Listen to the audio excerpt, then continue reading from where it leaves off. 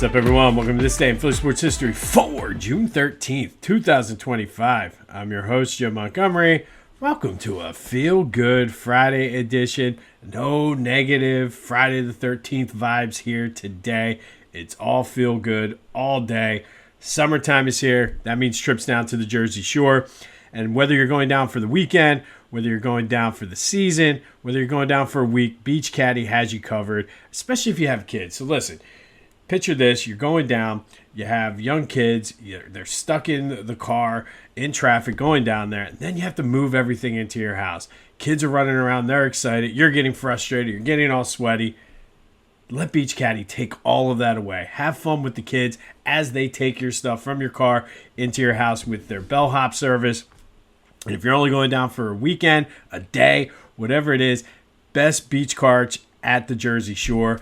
None of those little small plastic wheels that get stuck in the sand and it's like a full body cross-training workout pulling them through the sand. Glides right through. I've been telling you all week. Last week I saw a picture or a video of a guy who had everything loaded up, both kids sitting on top. He's pulling it with one hand like he was meant to be. That's how good these things are. So Beach Caddy will take the stress out of your summer vacation. Go to Ocean City, Sea Isle, Stone Harbor, Avalon, or Wildwood. Or if you're in those cities, Beach Caddy's got you covered. BeachCaddy.app. Use the promo code Jimbo to take 10% off of your bellhop service as well as your beach cart rental. Don't get stressed out on vacation. It's supposed to be a relaxing time. Beach Caddy takes the stress out of it. Available in Ocean City, Sea Isle, Stone Harbor, Avalon, and Wildwood. Be sure to use that promo code Jimbo to take 10% off your bellhop and your beach cart rental and get your vacation started off right. All right, big weekend series here for the Phils. Against the Blue Jays down at Citizens Bank Park. Good old Interleague. Huge series for them. And hopefully I want to see them continue the momentum they had against the Cubs. Rangers pitching tonight. Christopher Sanchez tomorrow. Zach Wheeler on Sunday. Definitely need to take 2 out of 3. I want to see the offense continue to roll. And Mr. Bryson Stott, if you could, be a good time to start hitting. We've called out Bomer. He started hitting. We called out Harper earlier. He started hitting. Just called out Schwarber. I want to see some Schwarber bombs this weekend. It's June. Come on, man. It's hitting season. You, Mr. Stott, need to get involved in that. But Phillies, Blue Jays, all weekend still gives me PTSD from 1993. More on that in a minute. Before we get into our housekeeping, huge congratulations and shout out to the Upper Dublin Cardinals who defeated Shaler 8-2 yesterday to win the PIAA 5A state championship in baseball. Just a dominating win, and it seems like they're going to be around for a little bit of time. Freshman pitcher went the distance to get the win for the Cardinals yesterday. So congrats to all the Upper Dublin Cardinals out there. Go Cards, state champions, PIAA 5A champions. All right, be sure to follow me on social media, Jimbo_Mont on Twitter and TikTok, on Instagram at PhillyJimbo. Subscribe to the YouTube channel, Jimbo_Mont, and continue to spread the word as we grow this thing. I've been telling you, I'm in the process of sort of tweaking and kind of structuring things here. This will be, tomorrow and Sunday will be the last weekend shows for the summer, switching to a Monday through Friday format in an effort to kind of expand some things. Want to do more interviews, obviously the Eagles pregame show. So what it'll do is it'll open up more time for me to kind of get that done. But you'll still get Monday through Friday, the same great content, experimenting with some new segments, which I'll start talking about next week. But just looking forward to really shifting and really kind of repurposing and refocusing everything. Still the same great content, just Monday through Friday now.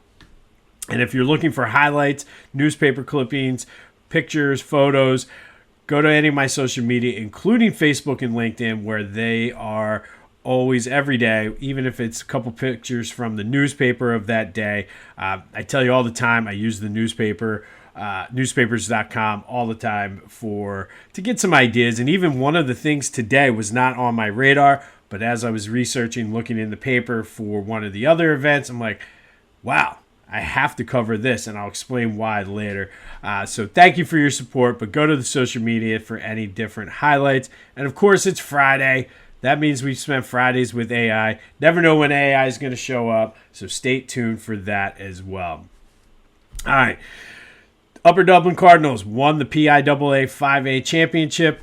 Wish they had some custom-made hype chains from Lotwin to help celebrate. Maybe we can get them over to the team this summer.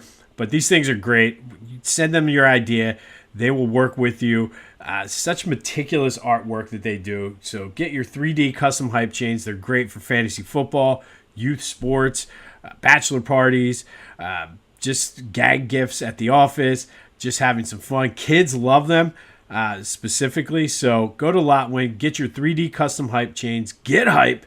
Use the promo code TCCPOD for 10% off your order. That's Lotwin.com. Promo code TCCPOD. Get your 3D custom hype chains. All right, yesterday's trivia question. I asked you, Brad Lidge, we were talking about his 47 consecutive saves without a blown save. It was even more if you count the postseason, but where does that rank? And who has the all-time consecutive saves without a blown save? That would be Eric Gagne with 84. Yes, 84. You heard that right. From 2002 to 2004. The next closest is 60. So pretty impressive by Eric Gagne. Thank you for everybody who reached out. We had a good discussion on the Discord channel. You can go access that in the first link in the description. But there will be another trivia question here later in the show. All right, we're going to talk a little Sixers. And I was going to wait to start doing some draft stuff until next week. But this story was in the news. I've seen it reported a couple different places. I'll credit Crossing Broad because that's where I originally saw it. But there was a couple other places I saw this. And the Sixers flew out Tyrese Maxey for their meeting and dinner with VJ Edgecombe from Baylor. And so a couple things about this. I'll get into VJ here in a minute. The fact of the matter is that means they're basically saying, Maxey, this is your team. I don't know what that means for Joe. I haven't heard any updates from his knee injury or knee surgery. Who cares what it means to Paul George? If they could somehow unload that, great. But that means it's Maxey's team. So I think what they're trying to do is get somebody in who can play well with Maxey. There's been conflicting or I shouldn't say conflicting, just numerous reports out there about what the Sixers want to do. The big story yesterday was that they're in discussions with San Antonio to trade up for number 2, likely to take Dylan Harper. I'll get more on that in a minute, but it does seem that they're very big right now on VJ Edgecombe, and he's a guard, which we have a lot of guards, but he can defend and he can rebound. Even though he has a shorter wingspan, he's a good defender, good rebounder, very high energy guy, does a lot, very athletic. He has international experience. He played in the Olympic qualifying for the Muhammad team, so he was able to play against some of these NBA stars, which is good. And he played well. I think he averaged like 16 points a game during the qualifying tournament. Does need to work on his shooting and ball handling. But those are things I think once you get into the NBA, you can teach unless you're Ben Simmons or Markelle Fultz, and then forget about it. But I like the fact that they're getting Maxey's input. And that means Maxey is well aware of Edgecombe. But Edgecombe, like I said, is very athletic, good character, very mature player. And, I mean, he played in the Big 12, which is one of the better conferences in college basketball last year. Could certainly develop into the 3-and-D player I think they need. A ton of upside, but I think he's more polished and ready to go now. So, like I said, I was going to wait on some of this, but obviously the two best players are Cooper Flagg and Dylan Harper. If the Sixers would be able, if one of those guys fall to the Sixers, it's no-brainer. Take him. Right now, I'm taking VJ Edgecombe at 3 over Ace Bailey, only because I feel Edgecombe, even though Bailey's bigger, I think he's a more NBA-ready player. I think Ace Bailey has a ton of potential or upside, whatever adjective you want to use, but you got the third pick, and it's not like you're in a rebuilding time right now, the Sixers. They're kind of stuck in that limbo where they could be contenders. So you need somebody who's going to be able to come in and contribute right away, a la Jarrett McCain last year before the injury. So that's kind of where I would lean. I would not be upset if they got Ace Bailey, but I think Edgecombe is the more NBA-ready player right now. Bailey's upside probably is higher than Edgecombe's. However, like I said, I mean, unless this is the Eagles and Howie Roseman having the third pick somehow lucked into that, you're not in a position right now to sort of take chances and take projects. And this isn't the process. I think what you need is you put all your eggs into Joel Embiid and Paul George. You need to get guys that can come in and contribute with those guys right now. And I think Edgecombe is that guy. Like I said, I would not trade up because the issue with trading up is what are you going to give up? I also don't think – and now, if you can somehow – and I love Joe, one of my all-time favorite players. But if you could somehow unload Joe, Paul George to get up into the second pick, sign me up. I will do that. But I don't want to be trading and draft picks and other assets that we have in order to move up when you got to kind of it's a balancing act there. I don't necessarily a lot of question marks, I should say, depending upon Joe's health and Paul George, but you got to kind of strike the balance of, all right, I need a guy that can play now in case these guys do turn out, but also they'll be ready for the future. And you don't want to necessarily mortgage your future to build around Joe and Paul George. So it seems as though with Maxey going out to meet with Edgecombe, this is Maxey's team, and they're sort of dealing with what they have now, but looking forward. So like I said, I think Edgecombe is the better fit right now. I know a lot of people are high on Ace Bailey, and I don't blame them. I just Big 12 versus the Big 10, and Bailey went to Rutgers. They didn't make the tournament. Edgecombe went to Baylor, which is one of the top programs in the country. Don't overthink this. When's the last time you had a good basketball player out of Rutgers? Exactly. So I'm saying don't overthink this.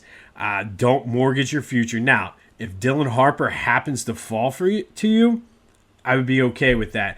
I did see also a mock draft from The Athletic that had the Sixers trading multiple times and ended up with like 2 or 3 first-round picks this year where they traded down. I still don't know. I mean, you have an opportunity with the third pick. I say take it. Don't overthink it. Take VJ Edgecombe. But let me know what your thoughts are on the Sixers draft. That is coming up in less than 2 weeks once the marathon that is the NBA Finals is over. But I think Edgecombe's the guy. But what do you think? 267-495-8531. That's the Back to the Future voice and text line. You can also hit me up on the Discord channel, any of my social media. Let's talk some Sixers. Be sure to check out my boys over at the Clash and Conferences podcast. Great things happening on their Sports Fan Network. Always looking for members. They have great discussions. They had Laser from the American Gladiators on. You can check out that episode available wherever you get your podcasts as well as on YouTube. And if you're in need of media services, they can help you out there. Love being a part of the Clash and Conferences Network. So go to clashandconferences.com for details on how you can get involved and what they have to offer. And then, of course, check out the podcast every Thursday and Friday, wherever you get your podcasts, as well as on YouTube. And it's still, even though Father's Day is on Sunday, you can just tell Dad, look, Dad, and Dad will understand. Sometimes Mom will get all worked up about it, but tell Dad, be like, look, man, got you these shirts. They're not here yet. I'll get them to you when you come. Go to Philly Goat. They got you covered for Father's Day, whether it's a T-shirt, the shoes, hats. They got the Nick Foles Dad Season, the Philly hat, the Philly Fanatic Rocks glasses, the cooler, which has been the pool's been open for 2 weeks now, and it's been an absolute lifesaver. Go to Philly Goat, check it out. And of course, in honor of Blue Jays Phillies this weekend, if you're like me, your dad's like me, get him the Joe Carter Ruined My Childhood, because truthfully, after that home run in 93, we all grew up and realized just how evil the world of professional sports are. Excuse me. So go to Philly Goat, use the promo code Jim Montgomery to take 10% off of your order. And I was going to say, we have a toxic relationship with Philly sports. They got a shirt that says that too. The Garbage Pail Kids. Philly Goat is the GOAT. So go hook up Dad and use the promo code Jim Montgomery to take 10% off of your order. All right, June 13th. Got a little Flyers, little Phillies today. And on this day in 1995, the Flyers were eliminated in Game 6 of the Eastern Conference Finals 4-2, losing to the Devils, who would go on to win their first Stanley Cup that year. Flyers got the scoring going first in the first period. Jim Montgomery, no relation, got the goal. And then Ron Hextall kind of blew up, gave up 4 straight. Martin Brodeur was standing on his head. Mikkel Renberg did score a power play goal late in the fourth, but it wasn't enough, as the Flyers ended their season in the Eastern Conference Final, losing Game 6 to the Devils 4-2. Eric Lindros, not a good series, only had 2 goals and 3 assists. But the Flyers would be back the following season, and then they would eventually get to the Stanley Cup in 1997. Speaking of that 1997 team, we talked last week about them not being able to get it done, getting swept out. Well, as I was researching the other thing we're going to do here in a minute, the big story on this day back in 1997 was the Flyers firing Terry Murray. And this came a week after he called the team out for being in a choking situation, losing Game 3. Players obviously did not like that. So Bob Clark was like, nah. And you know Bob Clark is not going to be hanging on to a coach who's calling out the team, calling out the players. But Terry Murray, players weren't necessarily fans of him. You can't call your team out for choking in the middle of the Stanley Cup final. Even if it was true, it was true. I mean, that's the thing that once I read that, I remember. The fact of the matter is, the Flyers were choking. They dominated all season. They get to the Stanley Cup Finals, and Scotty Bowman was like, "Not so fast, my friends. I just confuse them and neutralize the size and the speed they had." So essentially, they choked, but can't do that apparently. Bobby Clark firing Terry Murray on this day. Now, this story, this goes to show you, because now today in the paper, top story is always the Phillies, especially during Philly season. But this had far more pages of coverage, and on the Daily News, the back page, this was the big story. The Phillies were just a little footnote at the bottom. But on this day in 1997, same day that Terry Murray got fired, Joe Carter and the Blue Jays returned to the vet for the first time since Game 5 of the 93 World Series. Phillies were already mired in a last-place season under Terry Francona, but 26,799 fans came to the vet that day to see the Blue Jays and boo Joe Carter in what would be the Phillies' first ever regular season interleague play. Hard to believe because it's been here for so long now, 25 years or more than that actually, going on 28 years. But interleague play, kids, for some of you younger fans out there, it didn't always happen. It wasn't until this week in 1997. So the Phillies' first interleague game was at the vet against the Blue Jays. They kind of got some revenge, I guess you could say, beating the Blue Jays 4-3. Greg Jeffries went 2 for 4 with 3 RBI. Kevin Stocker was on base all 4 times during his plate appearances. 2 hits, a walk, and a hit by pitch. Curt Schilling was on the mound, 6 innings pitched, 8 strikeouts. But unfortunately, the Phillies would lose the next 2 to the Blue Jays. But the Phillies won their first ever interleague game on this day in 1997, the same day that Terry Murray was fired by Bob Clark, essentially for calling the players out for choking. It's time for Fridays with AI, where we ask AI to rewrite Philly sports history. Every Friday, only on This Day in Philly Sports History. That's right. I told you never know when AI is going to show up. It is time for Fridays with AI. And honestly, there's only one way I could go with this. I was torn between this and a Flyers one, but Phillies Blue Jays this weekend. It's the anniversary of the first interleague game the Phillies ever played, which happened to be against the Blue Jays. So why not go tear off the Band-Aid and go ask AI the important questions, even though Joe Carter ruined our childhoods. What if Joe Carter didn't hit that home run in Game 6? And AI, this was probably one of the most, it took forever for AI to come up with the answer for this, because I think AI is a Philly fan and had PTSD as well. But for the most part, Game 6 plays out exactly the same way. Joe Carter comes up, and instead of hitting a home run, he just misses and has a long fly out to left field. I've seen Joe Carter talk about it. I've seen Mitch Williams talk about it. It's basically what happened is Joe Carter guessed. He guessed right, and that's why he hit the home run. But what if he missed it? And AI says, all right, let's assume he misses it, and it's just a long fly out to center field. That's 2 outs now. So if you look, there's still 2 on, but if you look at the Blue Jays lineup, they had pinch ran for John Olerud earlier. So be a pinch hitter coming up. Mitch Williams stays in the game, induces a ground out to second base, ending the game. Phillies tied up 3-3, force a Game 7, which would be the next night. So after the game, Fergozzi says everyone is available, including Curt Schilling, who pitched a complete game in Game 5, threw over 100 pitches and was just dominant. Fergozzi said, look, everybody and everything is on the table for this game. So Game 7 starts off with Lenny Dykstra hitting a home run in his first at-bat, something he did a lot that entire playoff series throughout that whole 93 season. And then as far as the pitching staff, Fergozzi starts with Danny Jackson, goes to Tommy Green, David West, Roger Mason, Larry Anderson, Bobby Thigpen. They all pitch in this game. Everybody gets an inning or a little bit over an inning. We go through 7 innings. All those pitchers were used. So that leaves only really 2 guys that, other than your starters, left. But the score is tied 2-2 after 6. Lenny Dykstra hits a 3-run homer to break the game open in the top of the 7th, his second of the game. Phillies lead it 5-2. Curt Schilling comes in for the bottom of the 7th. Bottom of the 7th. Leads him in for the 8th.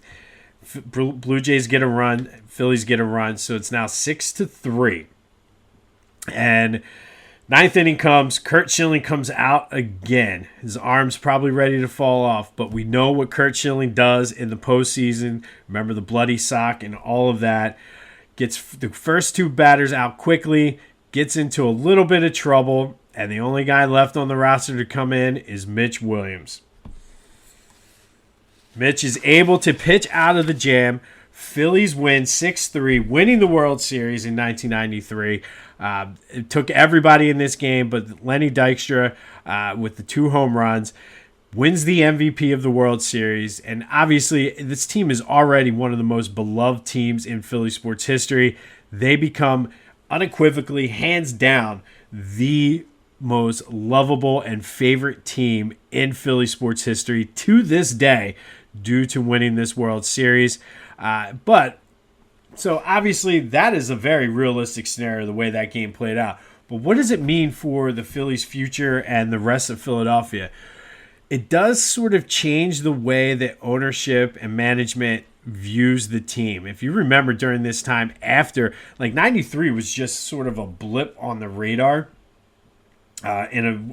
We talked about it a couple weeks ago. From 84 to 2000, Phillies only had 3 seasons over 500 or better. So this happened to be just like an anomaly blip on the radar. But ownership sees how much the team and the city got behind this team and is willing to spend some money. They're like, okay, we're not going to consider ourselves a small market club, even though we're in the 4th or 5th largest market in the league. So how does it play out for the Phils? Well, the Macho Row guys, those careers, Kruk, Dalton, Dykstra, they all sort of play out the same. Just kind of get older. They had their run, but doesn't leave the team in as bad a position because it changes the luck of the team. Obviously, you're World Series champions. You have a lot of potential. So they start building around. And essentially, the Phillies become perennial contenders because of the advent of the wild card. When Scott Rowland gets here, instead of being pissed off and miserable at the lack of spending, he sees what winning in the city does for a team. He sees that management is willing to kind of build from within and get the right guys in place. So he ends up staying. He doesn't force the trade to the Cardinals and ends up being the starting third baseman then on the 2008 World Series winning team. So Dalton and Dykstra get statues when Citizens Bank Park opens up for being World Series heroes. Obviously, I think both of them are no-brainers. Dalton because he was the leader of that team, and Dykstra for winning World Series MVP. But the mindset of the fan base is probably the biggest change here. And that impacts the other teams. So there's not as much pressure on the Sixers and the Eagles and the Flyers to win because it had only been, instead of going 25-plus years without winning a championship, it's only been 10 years. So it's still relatively fresh. Fans are happier. We all saw how we were after the World Series in 2008, how we were after the Super Bowl, and how we are now. So there's not as much pressure on the team. Maybe there's no curse of Billy Penn after all. I don't know if I buy that. But that essentially is what AI says would have happened if Joe Carter didn't hit that home run and instead just flied out. Let me know what you think about that. I think, again, AI has really been coming in with some very believable and realistic things because I think in that game, Fregosi probably would have gone with all his pitchers, including Curt Schilling. I think it's feasible that Lenny Dykstra leads off the game with a homer and then hits a clutch 3-run shot in the 7th. He would have been the MVP likely if they would have won that series anyway. But what do you think? Hit me up on the Back to the Future voice and text line, the Discord channel, all my social media. Let's talk 93 Phillies as the Phillies and Blue Jays set to take a weekend series on, or take on the Blue Jays at weekend series at Citizens Bank Park. I'll get it out. But let me know your thoughts on Fridays with AI. Joe Carter does not hit the home run, but instead flies out. All right, that does lead to today's trivia question. Sticking with the 93 Phillies theme, who led that team in batting average that year? Hit me up on the Discord channel, all my social media. But who had the highest batting average on the 93 Phillies that year? All right, and then finally today, our greatest individual season in Philly sports history tournament resumes. Recapping yesterday's matchup out of the Flyers region, Bernie Parent from 1974-75 blew Reggie Leach's 75-76 season out of the water with 86% of the vote. I don't know if I agree with that, but Bernie Parent moves on, setting up a potential Parent versus Parent matchup. More on that later. But thank you for voting. And now today's matchup comes out of the Sixers region.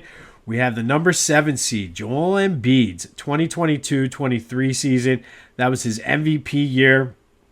All-NBA first team. He was an all-star, averaged 33 points a game, 10 rebounds, led the league in free throws made per game, shot almost 55% from the floor, averaged almost 2 blocks, almost 5 assists. Injuries down the stretch, though, kind of cost them. That was the infamous Game 7 loss to Boston, where the Sixers had a chance to close out the Celtics in Game 6 on their home floor and couldn't get it done. But Joel Embiid's MVP season in 2022 and 2023 is our 7 seed, taking on Charles Barkley's 1988-89 season. He averaged 25.8 points per game, 12.5 rebounds per game, led the league in offensive rebounds a game with 5.1, had the best 2-point shooting percentage in the league, averaged 4 assists, was an all-star, all-NBA first team, led the Sixers to the playoffs after taking a year off, although they lost to the first round in the Knicks. But this is when Hersey Hawkins started to come in, Johnny Dawkins, and we all thought that the future was bright. So now it's your turn.